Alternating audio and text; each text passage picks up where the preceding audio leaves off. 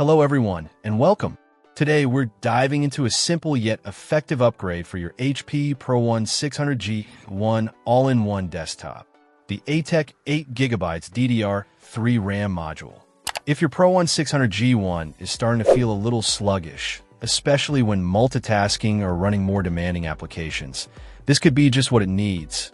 This ATEC module is specifically designed for compatibility with the HP ProOne 600G AIO, so you don't have to worry about compatibility issues.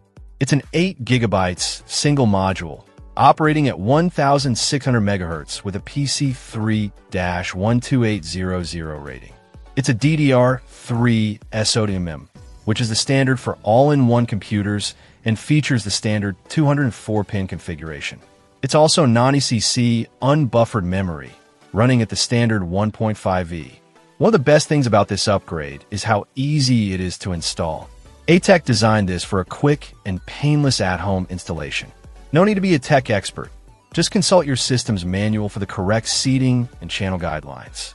Pop out the old module, pop in the new ATEC RAM, and you should be good to go.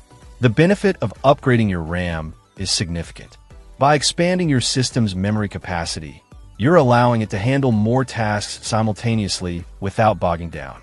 This translates to a smoother, faster experience, whether you're browsing the web, working on documents, or even doing some light photo or video editing. ATEC also stands behind their product. All their memory modules undergo rigorous quality control testing to ensure reliability.